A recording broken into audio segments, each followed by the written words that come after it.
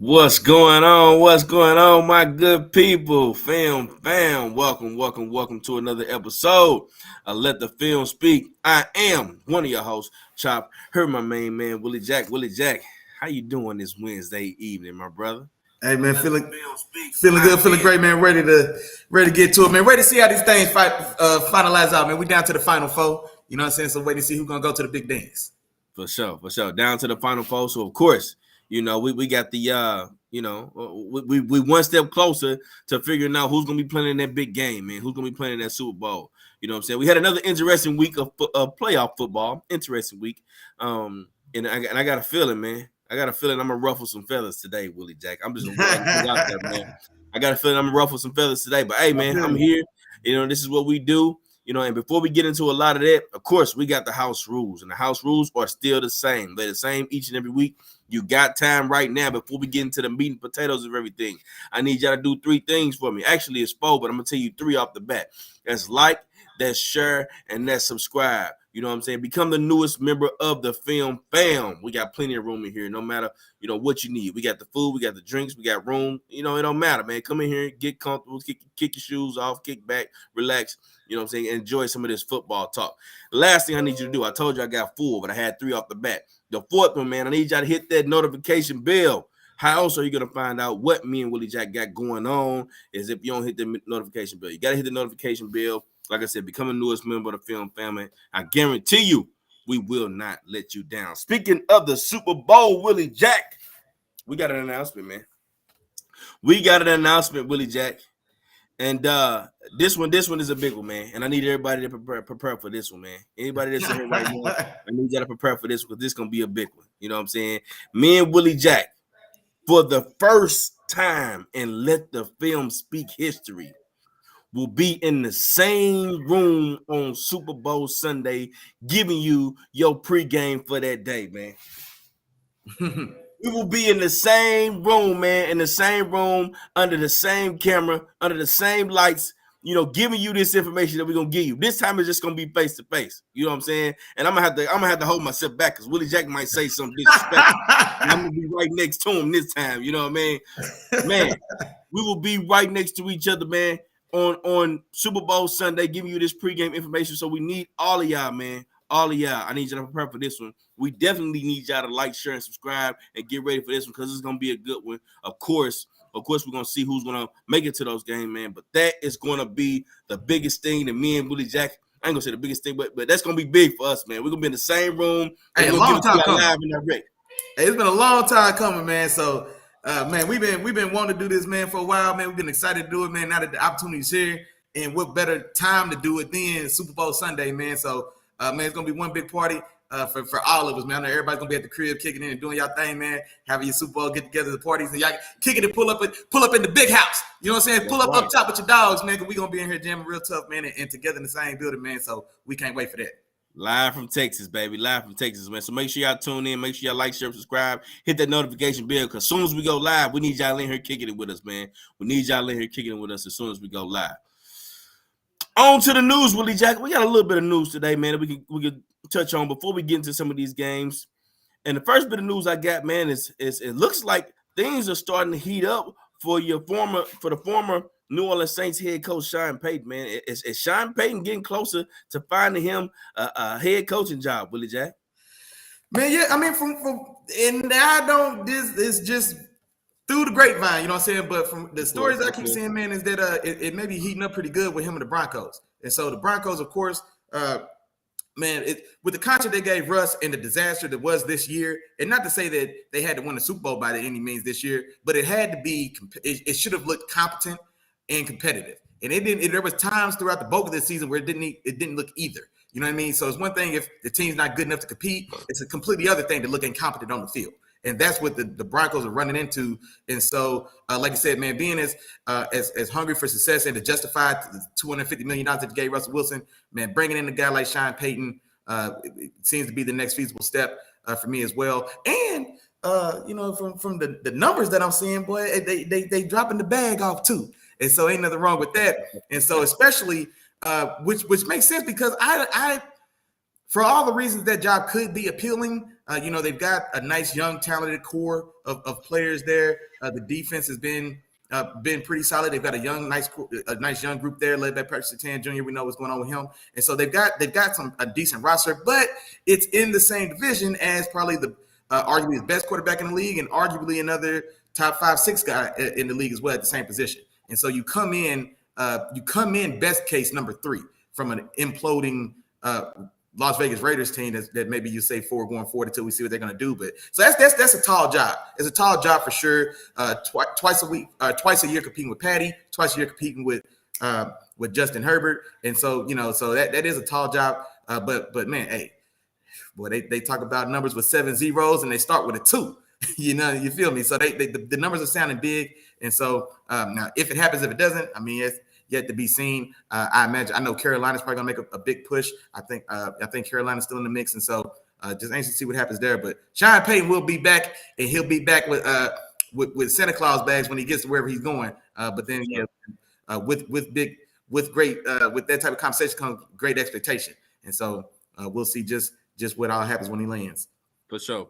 And I actually would like to see that, because I would like to see what Sean Payton can really do with this, with what he would have over in Denver. Because as bad as Russell Wilson looked and as bad as this offense looked this entire season, I honestly I'm still not quite giving up on Russell Wilson being, still a solid quarterback in this league.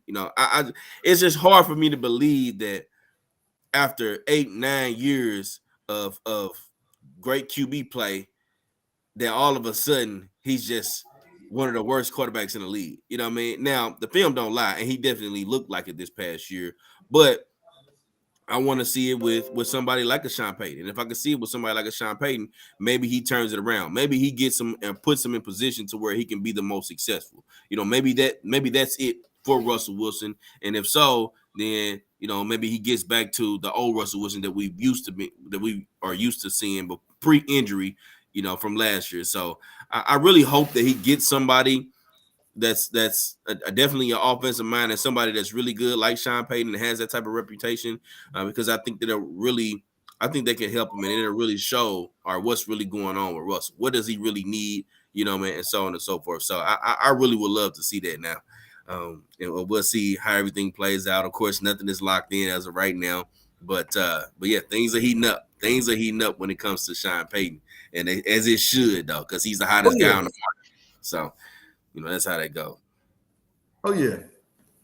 On to the next, Willie Jack. On to the next, man. My dog Willie Jack posted it, man. He came out there and posted it. Of course, the names or anything like that haven't been finalized, but we do have the finalists. You know what I'm saying? We don't have the guy yet. They haven't named the guy who's going to be MVP, but we do have the finalists. And as of right now, the finalists look like it's boiled down to Josh Allen, of course, QB Bills, Joe Burrow, Pat Mahomes, Jalen Hurts, and Justin Jefferson, man. Justin Jefferson actually is on that finalist list of the final 5 guys, to possibly, win that that MVP award for the season. Willie Jack, let's talk about it, man. Who comes away with the MVP award this year, man?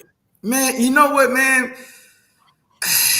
Yeah, man. And I do like the names. Actually, wait a minute. There was.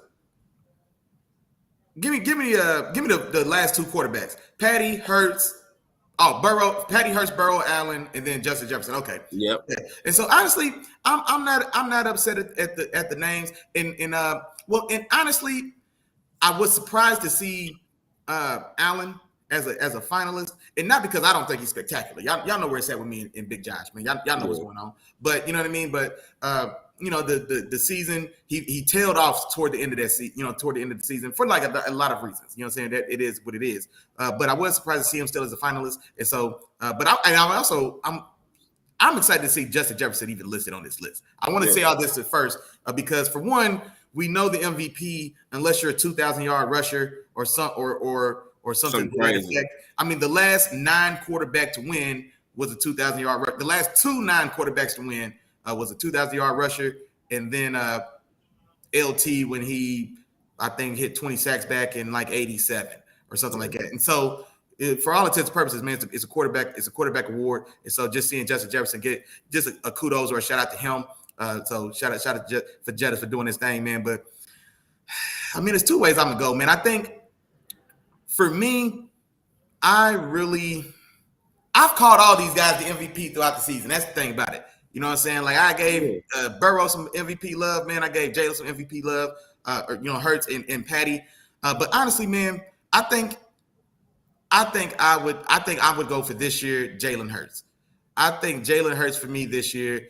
He's the quarterback of arguably the best team. Now, there's other guys there's other teams that need to be in that conversation, but nobody from tip to tail dominated like the Eagles did.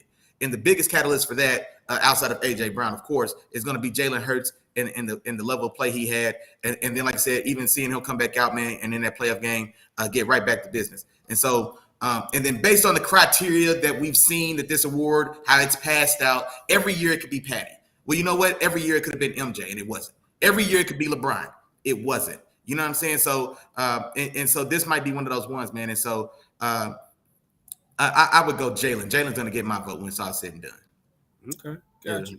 And I'm not mad at that either, Willie Jack, because he's one of the guys where we talked about and when he was out those 2 games when Gardner Minshew came in and had to play for him, you saw where he was missed. You saw where he was, where that offense lacked that QB rushing inside of it. You know what I'm saying? That the ability to, put together long methodical drives, the ability to allow your defense to rest a little bit longer. You know what I'm saying? Those were all things that Jalen Hurts brought to the table when he was on the field. And you saw it that all of that leave when Gardner Minshew was out there starting versus when Jalen Hurts was into the game. So I ain't mad at that one, but I think it's gonna go to Patrick Mahomes.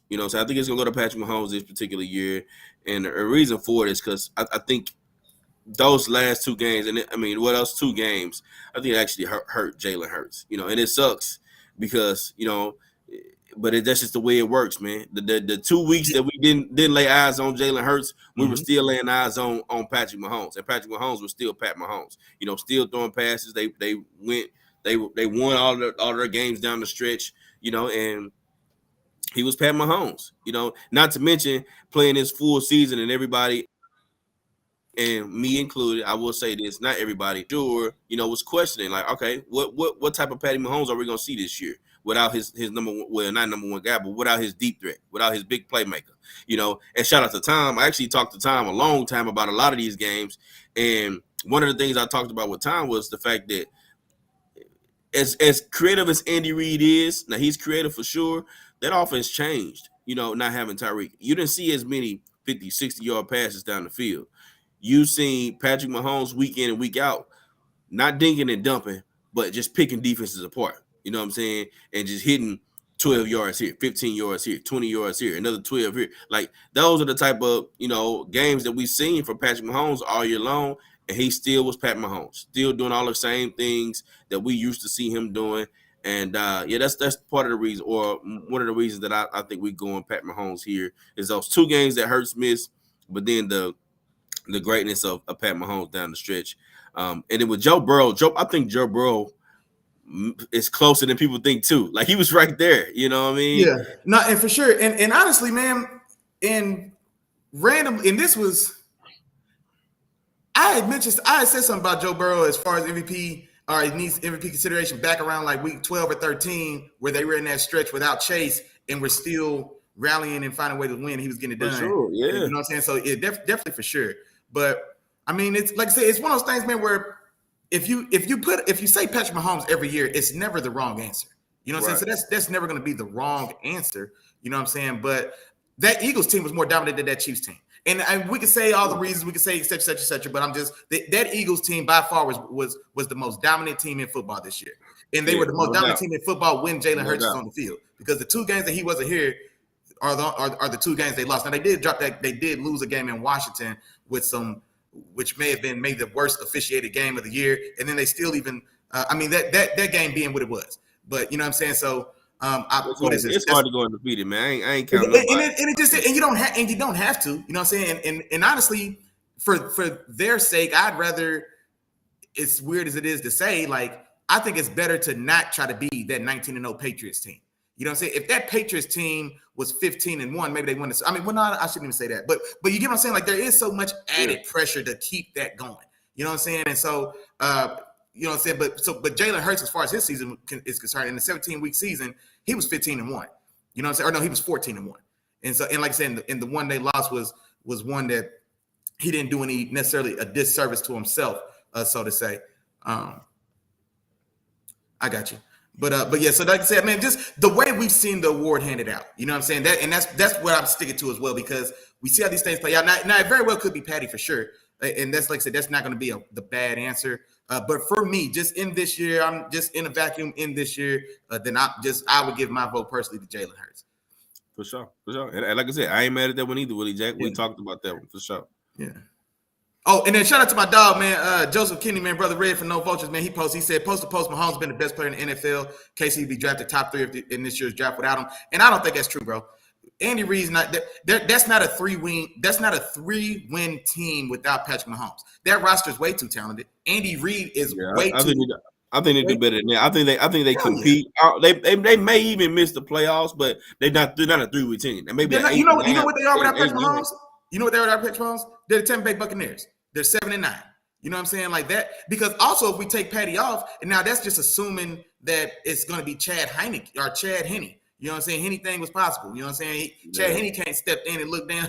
Chad Henne look like down. He still has throws left in him. Goes right up the field and gets in the end zone. But you know what I'm saying? So if it's not Patrick Mahomes, and let's say if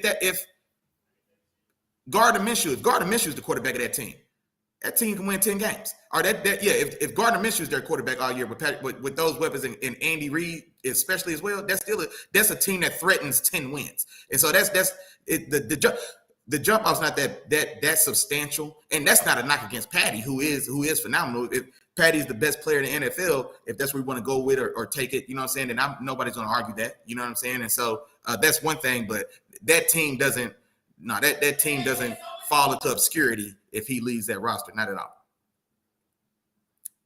For sure. You have any more, Willie Jack, you want to touch on before I head on? No, just last thing, man. We had a couple questions. People were commenting about the last 9 QB to win MVP, and I believe it was Adrian Peterson. And then my dog, man, our dog for No Vultures, he asked if Derrick Henry got the MVP. I think he was Offensive Player of the Year, that 2,000-yard year. I don't think he was MVP. I think that MVP still went to. Is that he ran for 2,000 yards? Was that the season was that Tommy's Super Bowl year in Tampa?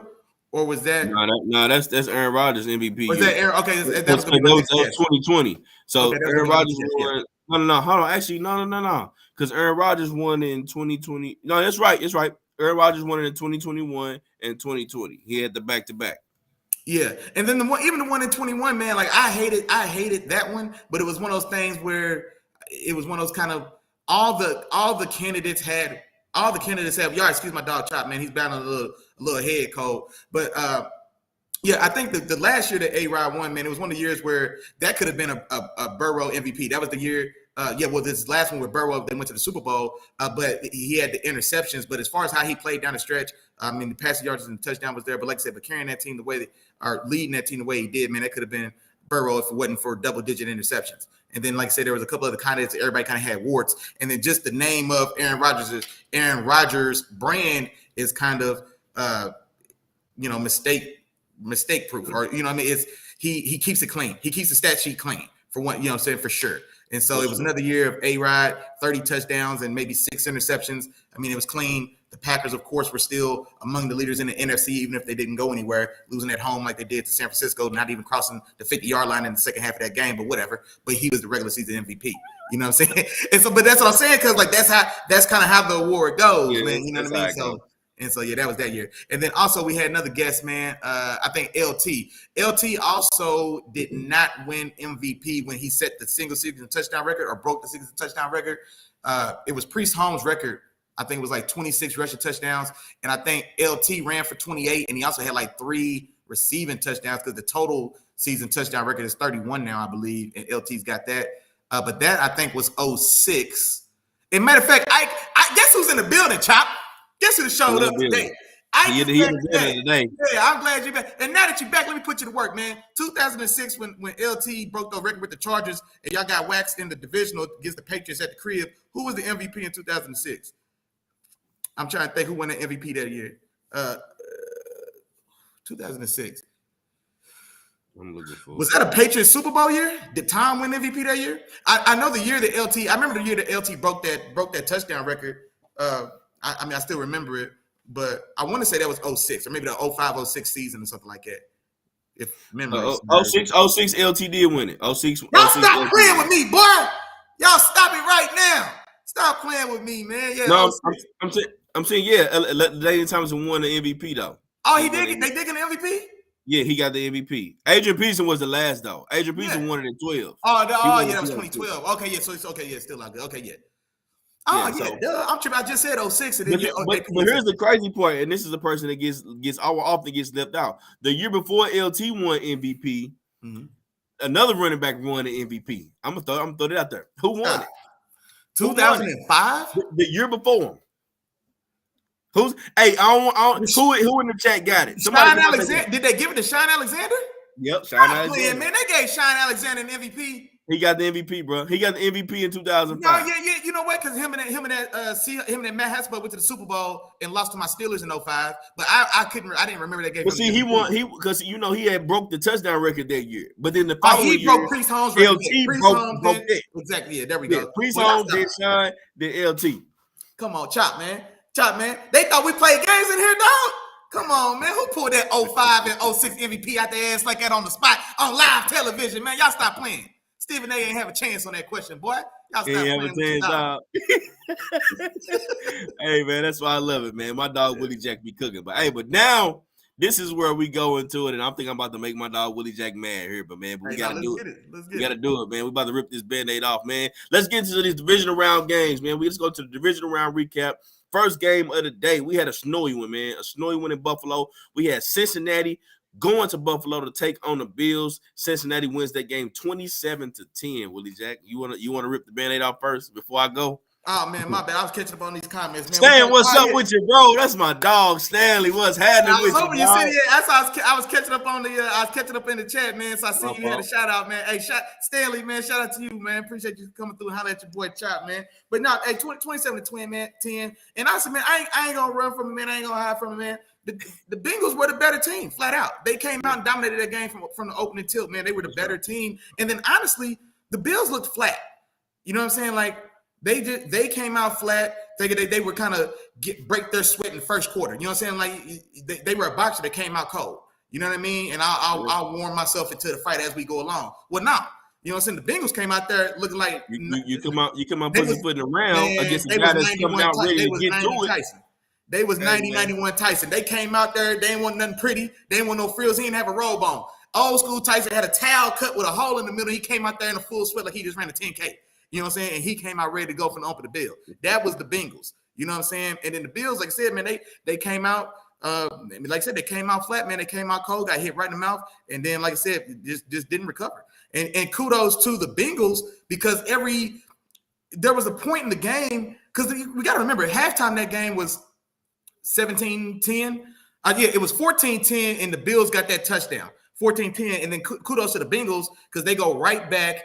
Get a field goal right before half at 17-10. They come out. At halftime at 17-7. Excuse me. Okay, 17. Okay, it was 14-7, and then Bill scored, and then the Bengals get another field goal. Okay, yeah, exactly. Yeah. But like I said, man, I mean, they came out for the opening bell. And I'll tell you who the unsung hero was for me, or like kind of the X factor, especially kind of in that early going, Hayden Hurst. They couldn't do nothing with Hayden Hurst. And this is a team that has two of the more rangier linebackers, one of them being an all-pro, and Matt Milano and Tremaine Edmonds. Now, Tremaine Edmonds, if you're not familiar, as just a more so casual fan or a guy that doesn't pay attention to the Bills as much, this is a 6'5", 50-pound freak of an athlete.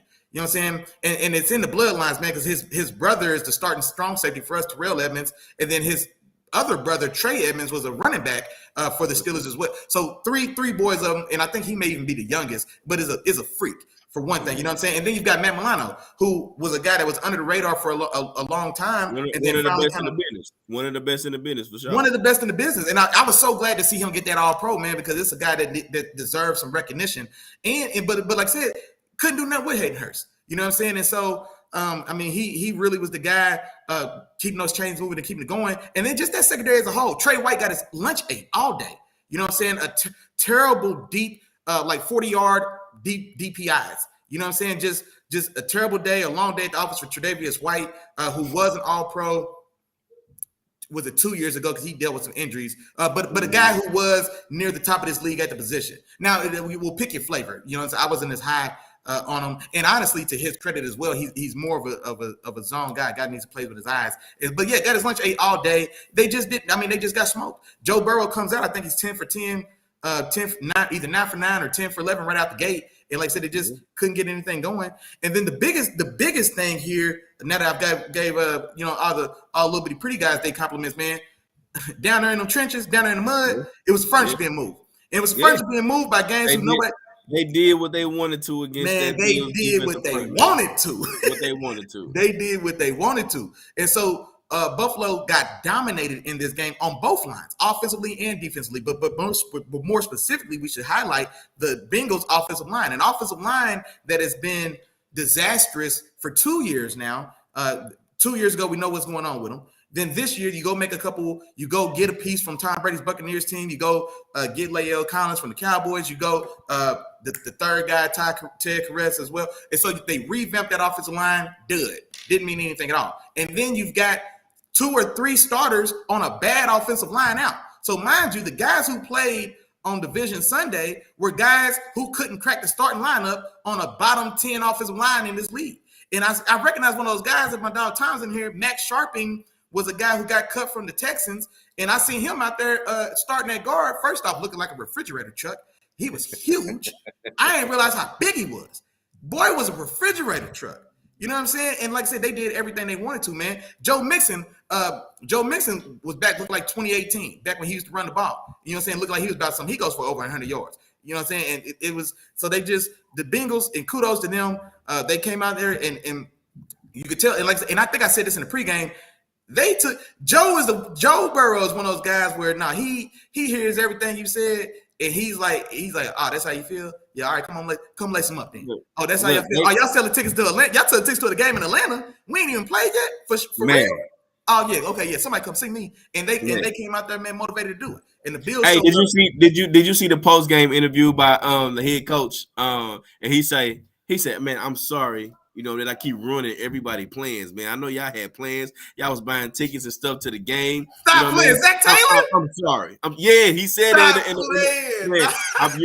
I might have to pull it up before we end the show tonight, man. I have to pull it up. But he apologized. He's like, man, I apologize. Everybody thought they was going to Atlanta. Ruining everybody's plans like that. I just keep ruining everybody's plans. You know what I'm saying? I was like, oh, that's tough. That's tough. Oh, I love it. It's like, hey, and that's exactly what it is, man. And so, man, hey, Joe Burrow went out there and iced them boys, man. Simple as that. You know what I mean? And so got it done, man. And hey, they on to the next. Hey, they called Joe Burrow. They gave him a list of everything that was going on. They gave him a list. You know what I'm saying? Joe Burrow say, so you mean to tell me, you know what I mean? You mean to tell me I get played out of? I get played. First, y'all play me, you know, out of a chance to play to get home field advantage. You know what I'm saying? Against Buffalo. You know what I'm saying? Y'all play me on that. And this game out of the neutral site. Okay, cool. You tell me, all right, it's snowing too. Damn, I gotta go to Buffalo and go play in the snow. If I'd have played at home, I don't know if it'll snow. It probably wasn't snowing in Cincinnati. But anyway, I gotta go play in the snow, gotta play in Buffalo. You know what I'm saying? Then you tell me I'm out my 2 best linemen. Okay. And y'all already selling tickets? All right. Hold my beer. You know what I'm saying? Hold my beer, because when I'm about to go matter, you know what I'm saying? And kudos to my dog, Willie Jack. And he probably said it at least once on every single show that we've had this year. If you ain't seen the show just yet, you probably missed it, but I'm gonna let y'all know right now what my dog Willie Jack say just about every show. If you a guy, it don't matter. And none of that mattered. This offense came out and acted as if they were fully healthy and the other team was injured. You know what I'm saying? What's snow to a guy named Joe Cool? You know what I mean? What's snow to a guy like Joe Cool? You know what I'm saying? That is crazy the way that they came out and dominated this game. Let me go through these drives for you, okay, Willie Jack. You know I had to get. Oh yeah, do your thing. You know I had to get in my bag. I apologize if this goes a little bit over, but I got some things I need to say. So the first drive of the game, right? The first drive of the game, it was 6 plays for 79 yards and a touchdown. It took a little bit over 3 minutes. Okay. Every play was a chunk play. They did exactly what they wanted to, like we said a little bit earlier. The second drive, 10 plays, 72 yards, and a touchdown. So the second drive, all right, they slowed it down a little bit. But the Bills had no resistance at all. And a lot of times I'll be saying, well, beforehand, I started to think about it. I'm like, you know what? Maybe the snow had a little bit to do with it. But I'm like, nah, because on the other side of the ball, they dominated too. You know what I'm saying? So it's not like usually your offensive line has the advantage in the game where the conditions are wet or, it's snowing because we know the snap count. So we get a little bit of an edge off and if you're rushing off the edge on defense, you can't take off the way that you normally or usually take off. You don't have the explosiveness off the edge to get to the quarterback. So a lot of those things come into play, but it didn't matter on neither side. On the other side of the ball, when you're talking about the Cincinnati defense, they kept pressure on Josh Allen this entire game. Pressure on him in this entire game. They pressured him 15 times, which is about 31% of the time, which is double the amount Joe Burrow was pressured in this game, missing 2 of his linemen. You know what I'm saying? Mm-hmm. So that's one thing. But then here's the thing that made me upset about their offensive coordinator, right? And this is why I kind of made that post. If y'all seen the post, this is what kind of made me sick. It's because no matter how much pressure they was getting on him, he continued to call 5-step drop back plays. 5-step drop back, 5-step drop back, 5-step drop back. I understand you have an athlete at quarterback. I get it. But no offensive coordinator should put his quarterback in position to where he has to make a play every single play. Like he has to make somebody miss in order to find somebody down the field. You know what I'm saying? He made Josh Allen have to do that and made him work super hard. And this is what we've been talking about all year long in terms of making Josh Allen play hero ball, making him try to score 50 instead of playing within his means. There's no gimmies in that Bills offense. That's what. Yeah, I feel you. Like there's no gimme throws in that offense. Everything is upfield. Yeah, everything is upfield. Everything is upfield. And then on top of that, I know we kind of feel differently in terms of if this team needs a run game. I think they need a run game, but if on top of everything that I said, if you don't have a run game, if I'm a defensive lineman, I'm not worried about the run. Y'all not gonna run anyway. Pay my ears back, and I'm trying to get a good jump over this ball because I know you passing because you can't run. You know what I'm saying? You can't do nothing else. So this is what I'm gonna do every single play. Much easier for this defense. And kudos to the Bengals defense because that defense came to play. They showed up, man, and they did what they've been pretty much doing all season. They do take the ball away, but they were just harassing this Bills offense and everything that they wanted to do, they didn't allow them to do. And then, like you said, kudos to Joe Mixon too, man, coming out rushing for 105 yards. They rushed for 172 yards this game. Yeah, and that's just what it is. You know what I'm saying? I'm gonna give since he's here, man. Shout out to our dog Ike, man. Isaiah Holmes, man. He said, giving the QB excuse because the offensive coordinator called Port. Man, don't come in. Man, it's a children's show, man. Don't curse for me if you can help it, big dog. But for the play calls, and not at all, man. So this is the difference. You can't. Man, I ain't gonna go down that rabbit hole, but no, not at all. Because that's the brand of ball.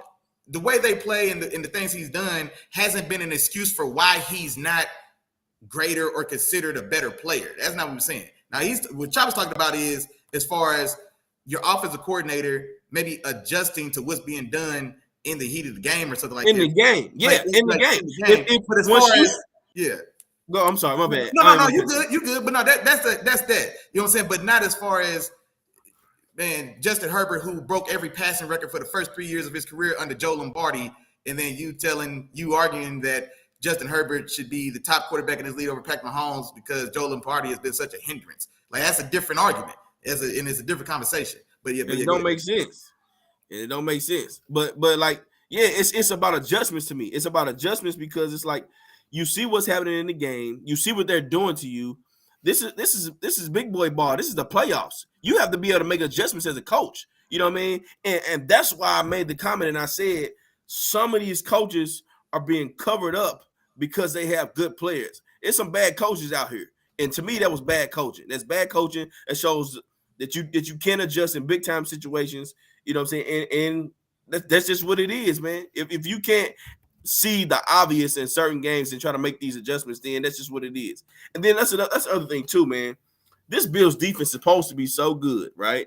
Yeah, y'all was ranked number 4 this year. You know what I'm saying? And that sound good, but it don't matter if you're not good against good teams. You know what I mean? When you come into this game, you give up 31 points against a Skylar Thompson-led Miami Dolphins team. Mm-hmm. Then you turn right back around and you allow Cincinnati Bengals, who first of all they haven't been running the ball well all season. Then they missed again out their line. You let them come and do what they want to you in your house. You know what I'm saying? You can't say nothing. Not to mention what happened last year with 13 seconds left on the clock against the Kansas City Chiefs. Like at some point, this so-called good defense needs to show up when it's crunch time, when it's time to make a play, when it's time to, put something on your back. And so far in big games, y'all haven't done it. In the regular season, yeah, y'all stopped some people. Y'all made some noise. Y'all did some things. But the regular season over. Regular season don't matter no more. What matters is the playoffs. And what happened in the playoffs is they continue to give up points and they continue to allow teams to do more than, what I'm saying, especially when they are a pretty good team. And you can't do that, man. If you're a good defense, you're a good defense. Defense supposed to travel. They supposed to be good no matter what. But hey, man, y'all look fake good to me. It's that fake good. It's you a big boss, you know what I'm saying? And you got hands. You can throw hands when you get in the ring, with some chumps. But where your hands go when you get in the ring with a Riddick Bowe, you know what I'm saying? With a Evander Holyfield, where your hands at then when some guys is gonna get in here and throw hands with you back. You know what I'm saying? You can't be sometimey with that. So.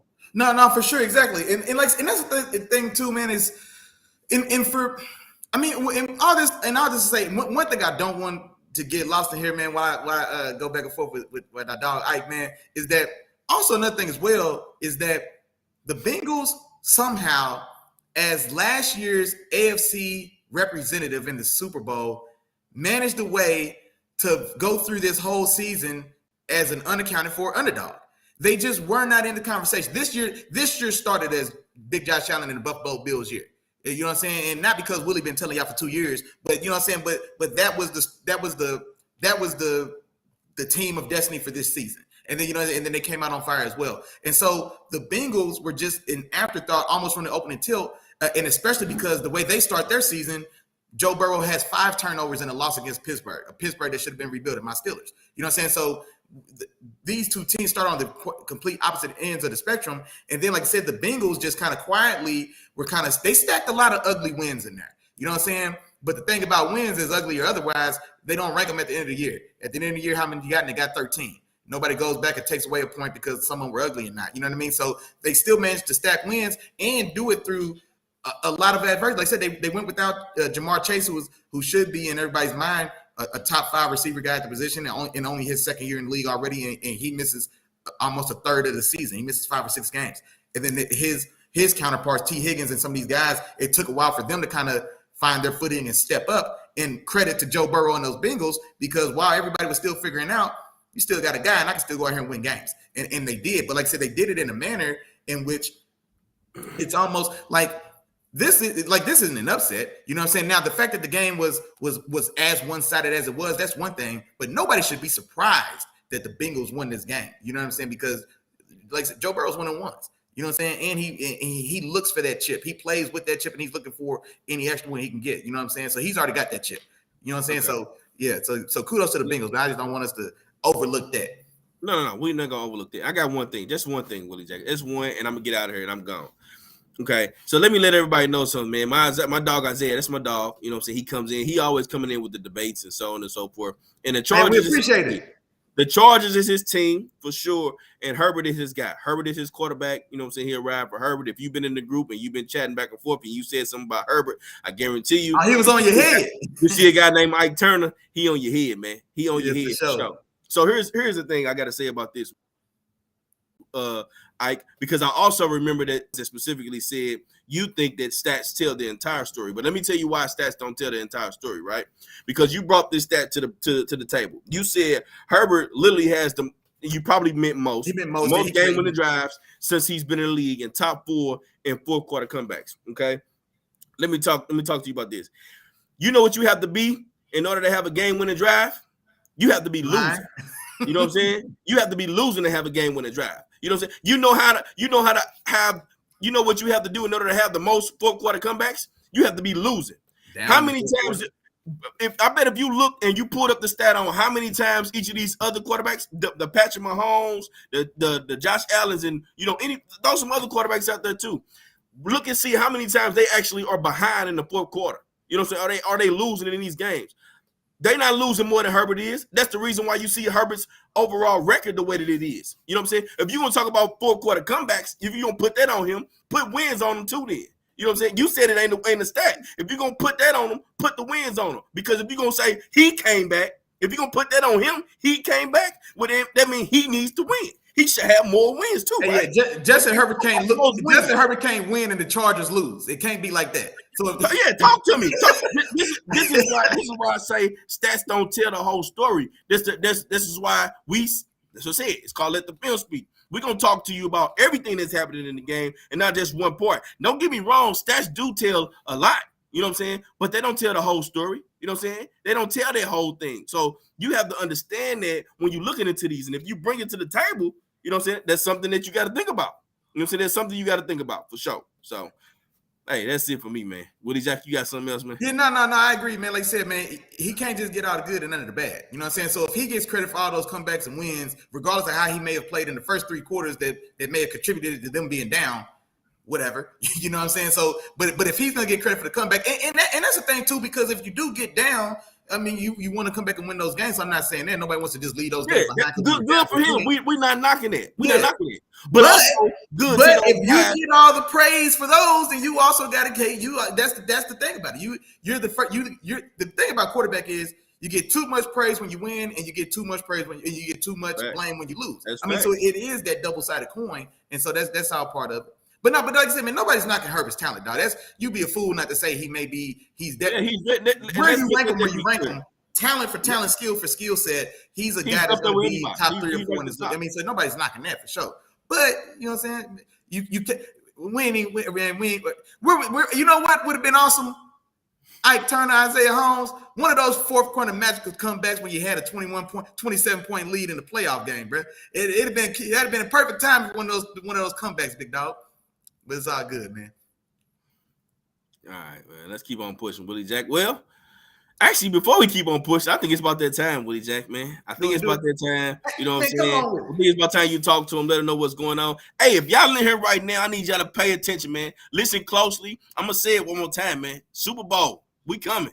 We together, live from Texas. We're going to be in the same room, giving y'all the business, man. So we need y'all to tune in. Pay attention to what my dog Willie Jack about to talk turn up with your dogs, man. Y'all know what's going on, man. So today's episode of Let the Film Speak is, of course, brought to you by my dog Chop, and also brought to you by the 2022 Let the Film Speak Pick'em champion. None other than your dog. Let him see it, dog. Let him see it, dog. Your dog, Willie Jack. One more time, man. Let him see it, man. Come on, man. Y'all start. Can you see me good, man? Hey, man. That is. Hey, I'm gonna do it right for you. I'm gonna do it right for you. Willie Jack came into this season, man. He told us what he was gonna do, and he beat us, man. He beat us. He came in. We had to Let the Film Speak weekly pick him. You know what I'm saying? He came away as the champ this year, man. And they're gonna let y'all know right now. Anybody that wants to be involved, anybody that's in here right now, y'all want to join it. You know what I'm saying? I keep track of y'all picks every week. All y'all got to do is send me the picks. I keep track. My dog Willie Jack came with the W, man. So it ain't even nothing he keeping track of. I was keeping track. He came away with the W, man. So kudos to my dog Willie Jack. Hey, for sure, man. Hey, that's what I'm telling you, man. I ain't gonna lie, man. Shout out to Chop, man. Chop Chop does a lot for this show, man. He does a lot for us as a group, man. And this is one of those things, man. This is one of those things, man. So shout out to my dog, Chop, man. For sure, man. Appreciate y'all, man. But other than that, man, brought to you by the OG, man. The three amigos. Y'all know what's going on, man. Like, share, and subscribe. Like, share, subscribe. Like, share, subscribe. Y'all know what's going on, man. Now, y'all know we say it every week, man. Like, share, and subscribe. But there is 4 steps to this process, man. First, you got to tell a friend. Tell your friend to tell a friend. Tell your friend to tell his friend to tell your friend's friend to tell him. One more because we need 4, man. Bring everybody in here. Kick it with your dogs in the penthouse, man. Come up top to the YouTube, man. You know what's going on, man. We got tons of space, tons of activities, man. You get in here, get real loose, get real comfortable. You feel me? Like, share, subscribe, man. Tap the bell as well. And other than that, man, back to the regularly scheduled program. Let's go. All right, man. All right. And we had another divisional matchup, man. We had the Cowboys going to 49ers to take on the Will or Machines. The Will or Machines it is. And the Will or Machines, man, the 49ers, they came away with this W to win this one 19-12. Okay, 19-12. Okay, let me jump into this game, Willie Jack, and I'm going to get out your way. First and foremost, this was a defensive game, man. Defensive game, games that I like to see, honestly. You know, I'm a defensive guy, so I love to see good defense. I love to see teams go back and forth. I love everything to be hard fought. I love for every yard to have to be fought for.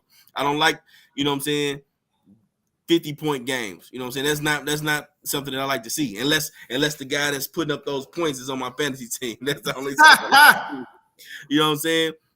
But this one actually came down to, all right, who is the mentally tougher team? You know what I'm saying? Who's going to make the most mistakes? Who is down for the grind? Like in these types of games, you might elect to punt on 4th and 1 at midfield instead of going for it because you want to pin the other team deep. You know what I'm saying? You want to create that field position for yourself. You know, an extra field goal or extra point, every one of those count. Special teams is big. You know, any penalty can be crucial in these games. And it showed, man. And it showed. The Cowboys, just throwing these numbers out here, 7 penalties to the 49ers, 3. You know what I'm saying? A fumbled punt return by the 49ers turned into 3 points, which tied the game for the Cowboys. You know what I'm saying? And then the Cowboys, of course, had that one more interception. You know what I'm saying? All these things count in games like this because it comes down to, you know what I'm saying, those little things in the game. Who is the better coached team, the more disciplined team. Like all of those things came into play and you can watch and see in these games. Okay. Let's get into a little bit more. Okay. So let's jump to the 49ers drive in 4th quarter. I'm gonna skip the rest, right? And of course, we can talk about it, but I'm gonna go to this 4th quarter because in this particular drive, this is where I saw like, all right, this is why I think Purdy is actually the best option for this team, and why I call them the Will or Machines. You know what I'm saying? And then also how special C-Mac is. Okay, now he didn't have a big C-Mac day. He didn't go through with the stats, but I'm gonna talk to you about a few different things. So they started this drive in the 4th quarter with 11 minutes left, a little bit over 11 minutes left. They was on their own 25. All right, and it's closeout time. They up 4 at this point. Okay, so the first play, first down to Kittle, right? The next first down that they got was a run by Elijah Mitchell. Then the next first down they got was a slant to Brandon Ayuk on 3rd and 2. The next one was an option route by C-Mac lined up outside against a corner on 3rd and 3. Another run by Elijah Mitchell. You know what I'm saying? By that time, it's 5 minutes left in the game. You know what I'm saying? By the time that they complete that, I mean, they had the other first down run by Elijah Mitchell. You know what I'm saying? And they already in field goal range. The next one was a 3rd down and 3. Or actually, the next 3rd down was a 3rd and 10. Okay. And instead of forcing the ball, Purdy tucked it, ran for about 4 or 5 yards. They end up kicking the field goal with 3 minutes left on the clock. So let me tell you how important that is. It's 3 minutes left on the clock. You got 3 timeouts, but you have to drive the length of the field, now being down 7 against the number 1 defense in the league. They started the drive with 11 minutes. You essentially got 1 shot at scoring on the best defense in the league. It's 3 minutes, and you got to go the full length of the field. You got 1 count on having another shot after that. There's 3 minutes left against the best defense in the league. Now, the Cowboys end up getting another shot after that because of Elijah Mitchell going out of bounds. And he ended up on-head play. On-headed play, end up giving them another opportunity, but you can't count on no other opportunity. You know how much pressure that puts on you? You sitting on the sideline, this 11 minutes left, and you the offense with the other Cowboys. You're like, okay, we're going to at least get 2 or 3 shots at it. No, you essentially getting one, because from 11 they took that clock from 11 minutes to 3 minutes all the way down the field. And here's what I'll say about Purdy and C-Mac. First off, with Purdy, he continuously throughout this game prevented himself from making mistakes. And he got pressured, like y'all said, y'all wanted to see. He did get pressured. You know what I'm saying? He did have to scramble. He did have to make some plays outside of what San Francisco or what Shanahan's offense called them to do. But if it wasn't there, you've seen him throw it away multiple times. Sometimes he'll just tuck it, run, take the sack, whatever. But he didn't turn the ball over, and that turned out to be key. Shanahan also showed me he trusted him, because after the Cowboys did have that second chance, 49ers got a chance to close that game out. They could have just ran it 3 times in a row. Nope. He caught a pass. He Kittle on a first down. You know what I'm saying? To your third string quarterback. He hit Purdy. Right before the 2-minute warning, I remember. Yeah. And then on 3rd and 8, he threw a screen to Christian McCaffrey. You know what I'm saying? Most of the people, we just trying to run the ball. He went empty through the ball. Man, that showed me that he trusted him. And it also showed me how valuable Christian McCaffrey is, because they got so many different formations they can throw at you. And then for them to say, you know what? It's 3rd and 3. It's a money down.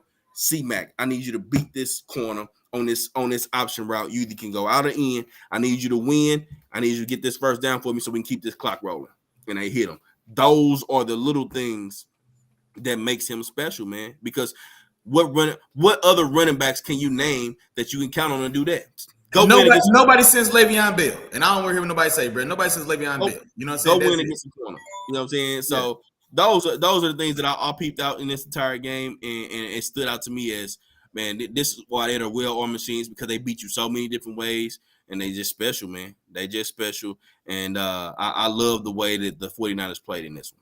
No, for sure, man. And the thing about that, too, is everything you said, it was exactly on track. I want to say, bro, when I heard Greg Olsen, and I'll tell you, the more I hear Greg Olsen's commentary, the more and more I like it. Because he's got, like, he doesn't have the personality of Romo, or he's not as, let's say, just as conversational as like Chris Collinsworth or something like that. But I like, because it feels like, and Romo is a player who sees and talks the game, but Romo's a businessman. Romo feels corporate. Quarterback is a corporate position. Make no mistakes about it. You know what I'm saying? Quarterback is not a worker bee. You know what I'm saying? So quarterback sits in the room with the executives. You know what I'm saying? The other 52 would work. So it's real commentary from one of the 52. You know what I mean? It feels like I hear a player talking, and everything he's saying, it's just spot on. I really enjoy it. But then when I heard Greg Olsen call them boys the well-oiled machine, he said it. He's like, seriously, the well-oiled machine. I said, like, boy, somebody will chop a check. That should have been on a TV. It should be on its way in the mail right now. It should have been on a T-shirt 10 weeks ago. Or no, 8 weeks ago. How long before Brock Purdy played a down? No, he came in and filled in, but before he made a start, Chop told y'all what was going on. We should have put it on a T-shirt. But yeah, so shout out to my dog Chop, man. But no, like you said, man, that game played out, and I enjoyed it for the same reason as you. Because I do want to see tough defensive games. I want to see defensive games, but not boring. I don't feel boring at all. I wasn't bored at all watching the game. And so, but just like you said, man, 19 for 29, 200 yards, which isn't a spectacular day, but and no touchdowns, but no interceptions, no turnovers. You know what I'm saying? And especially in a game like this, like my dog Chop was saying, where every point is a premium. You know what I'm saying? So, so you can't give the ball to the other side, and then to that point on the other side of that with the Cowboys, Dak, 2 turnovers. Now the intercept, I think it was the first one. That interception, the deep pass to Gallup, and miscommunication, or Gallup wasn't expecting the ball, or he just stopped running. I mean, I don't necessarily know what happened there. Interception, but that second one, or whatever the other interception was, that's just flat out on Dak. You know what I'm saying? And that's what tends to happen when Dak kind of when it appears to me, when Dak is trying to kind of press, like when it's a time to where we need you to be Patty Mahomes, we need you to be one of the Joe Burrow, we need you to be a guy like Josh Herbert, or Justin Allen. I can't even talk, bro. But when we need you to actually go out here and press and just put us on your back and make a play, he turns the ball over. That's what just generally seems to happen. Even at the very end of this game, and I, for the life of me, couldn't figure this out. when he almost got that safety from Eric Armstead, and Eric Armstead, your big ass, you 6'9", 300 pounds. I don't know how you get. Well, I think Eric Armstead was surprised too because he came up on him. I think he assumed that Dak was going. He's definitely going to throw this ball because he's not going to take this safety in the position that he's in right now. I think Eric Armstead was just like, okay, I'm gonna put my arms up, hit him chest to chest, didn't even wrap up. Yeah. And then he's like, oh damn, Dak Prescott, that was silly. Yeah, and that's the thing. Like Eric Armstead gave you let you live, but Dak boot. It wasn't a sprint pass. That was God had to go back and look. I was like, what is this? Like a sprint pass, right? Like what's he doing? He ran out. Like just what are you doing? You don't get the sack there, and then you get the ball off. But just man, I don't know, man. I don't know what's going on with Dak, man. In some of these moments, it's just it runs so hot and cold for him, but the hots don't balance out the colds. You know what I mean? It's way too much on the other side. But and see, real quick, Willie Jack. He's the type of player where, and it's a few players like this, I think, where the full how you play the game all the way around, it doesn't click for him. You know what I'm saying? It doesn't click because it's like it's certain players when it comes to not turning the ball over, not pressing, not doing those type of things, they just got it. Like it's just in them. It's like, okay, instincts take over. I'm not gonna do this. I'm not gonna I'm just gonna hold it or do whatever I need to do. You know what I'm saying? Or in that situation, instincts take over. Oh, I have to throw this ball away. I cannot even take a chance at taking a safety here in this position. It's just like something just don't click when it comes to those situations. That has the ability. He has great ability, but it's those type of things that's going to keep him where he's at as a starting quarterback. You know what I'm saying? As far as how good he can actually be. Those things will keep him where he's at. No, for sure.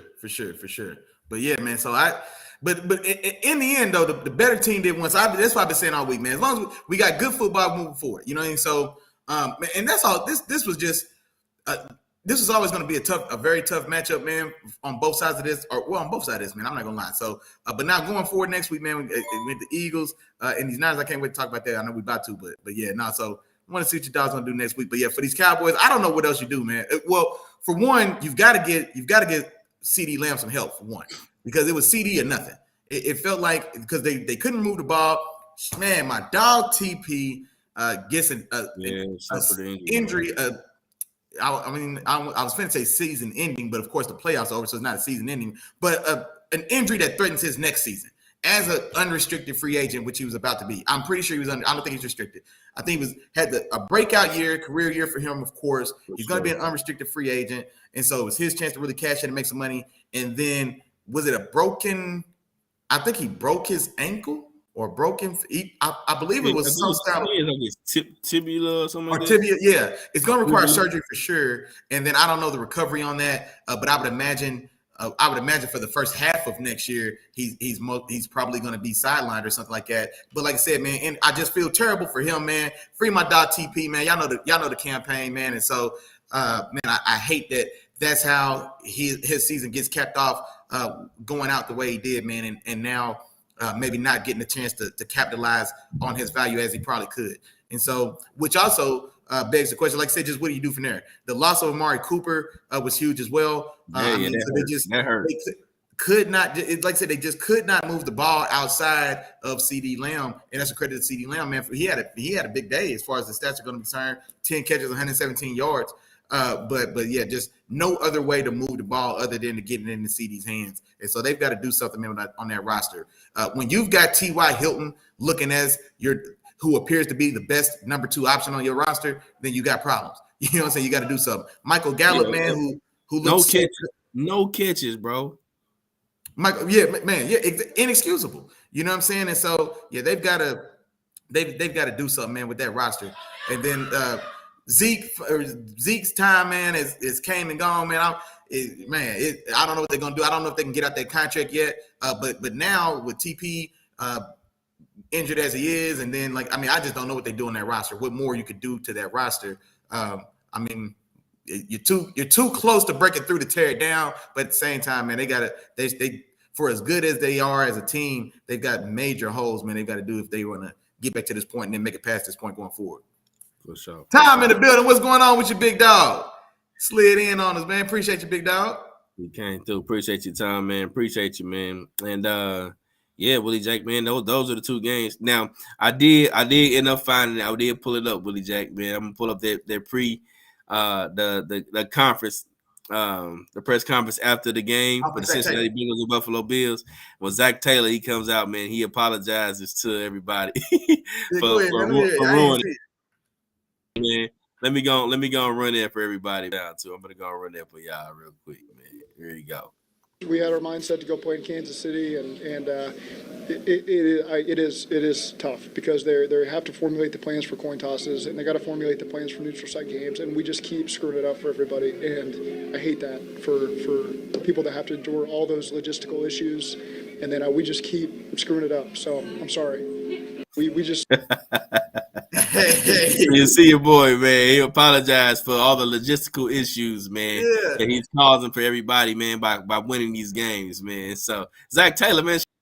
Hey, shout out to Zach Taylor. Spaz, you know what I'm saying? Yeah, and you know what? That's Joe Burrow rubbing off on Zach Taylor. Yeah, Zach didn't have that swag last year, man. Zach ain't had that swag last year. That's Joe Beasley rubbing off, man. Hey, look, Tom, man. Hey, look, Tom said, hey, y'all playing clips now. But, hey, welcome to the penthouse, man. I told you, boy, when it came in, you in the penthouse now. For sure. Yeah, my dog Chuck get it going in here, man. Yeah, man, we can get it going for sure. All right, Willie Jack, man. And with that being said, the AFC and NFC games are set, man. AFC and NFC games are set. Of course, you know, we're going to come back with y'all, and we'll hit y'all with the full pregame. But, of course, you know, we got the San Francisco 49ers. They are going to Philly to take on your Philadelphia Eagles. And then on the other side in the AFC, we got your Cincinnati Bengals going to take on the Kansas City Chiefs, man. And I'm looking forward to both of these matchups, man. Looking forward to both of them. You got the Bengals who have owned the Chiefs, you know what I mean, the last few matchups. Yeah. And then you got the well-oiled machines against the bullies. You know what I'm saying? Yeah. So hey, that's gonna be a physical game right there, boy. I can't wait to see that one. And then I know the news on Patty. Well, I noticed it. Well, of course he's playing, but it was a high ankle sprain. I mean, that's dealing with the high ankle sprain, and then seeing the way that defense just played in Buffalo last week as well, man. So that's a tall order. You know what I'm saying? So, man, Patty comes out there and balls, man. That's gonna be the greatness of Patty Mahomes, man. If it shows through, and I'm not gonna put it past him. And so, yeah, I can't wait to see how it folds out, how it plays out, man. But the way as determined and motivated as that Bengals team looks to be, man, so that's gonna be a hard shake either way. For sure. Well, Willie Jack, man, that's it. And that's all. Man, I don't know what to do with myself. It's so early. Look at this. Hey, look.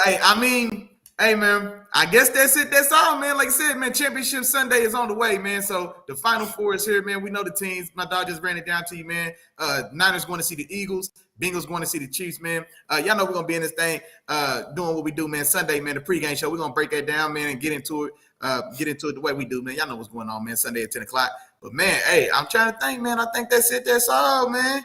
That's all. Oh, man. Divisional recap. That's it, man. Yeah, that's it. That's all. Hey, well, if that's it, that's all, man. Then we got to do what we got to do, man. Real quick with the rundown, man, with the recap. We had, man, the home team was in the building, man. Shout out to my mama, my sister, man. Appreciate y'all as always. Y'all know what's going on. Shout out to my dog, Joseph Kenny, man. Brother Red, man. No Vulture, the podcast, man. Tap in with my dog. I tell y'all every time, man, every week, man. Tap with my dog with No Vultures, bro. It's a wide range of topics, man. It's not just sports centric, man. He also gets into music, more specifically hip hop, rap, and that type, those style of genres, man. But wide range of topics over there, man. Y'all got to tap in with my dog, man. Football, boxing, me and him are both boxing guys, man. We got some good ones coming up. And then, like I said, man, music as well. So, man, my dog got some good content over here, man. Go over and shop and do business with my dog, man. One more time, man. Real deal STL Sports, man. My dog Skinny, man. Our dog Kevin. You know what I'm saying? They always show us love, man. Tap in with the dog, with the family as well, man. Shout them out. Man, Ike, man. Ike turning in the building, man. Isaiah Holmes, man, came through real strong today, hollering at his dogs, man. And then I missed some of these comments while we got going, man. But nah, man, we gonna chop it up, Ike, man. We ain't moved the goalpost, but you have to let me know what you mean by that, man. Cause I don't want to run from the smoke, man. Shout out to Stanley. Travis came through, showing my dog Chops of Love. We appreciate you coming through as well, man. Our dog Tom slid in here. Rachel Murphy slid in here, and I didn't even see you. I would have shouted you out. Rachel Murphy, what's going on? We appreciate the love. Man, I'm looking for you, man. Y'all know what's going on, man. Say it with me at home, because y'all know I say it every week. If I forgot to say your name, come on, man. Charge it to my head, man. Don't charge it to my heart. You know we think about you, big dog. I know we appreciate all the love and support, man. Wednesdays at 7, man. We right in here getting mixed, you know what I'm saying, getting busy in the mix, man. Tap back in Sunday, though, man. Chop and Willie in the morning. Championship Sunday, man. See who's going to make it to the big dance. Man, we can't wait to get into that. You got to be here at 10 o'clock on the dot to get it, man. Sunday at 10. Come back in and spin again with your boys, man. But, hey, other than that, man, that's it. That's all what we say, man. We appreciate all of the support one more time. We'll see y'all Sunday. Peace. Peace.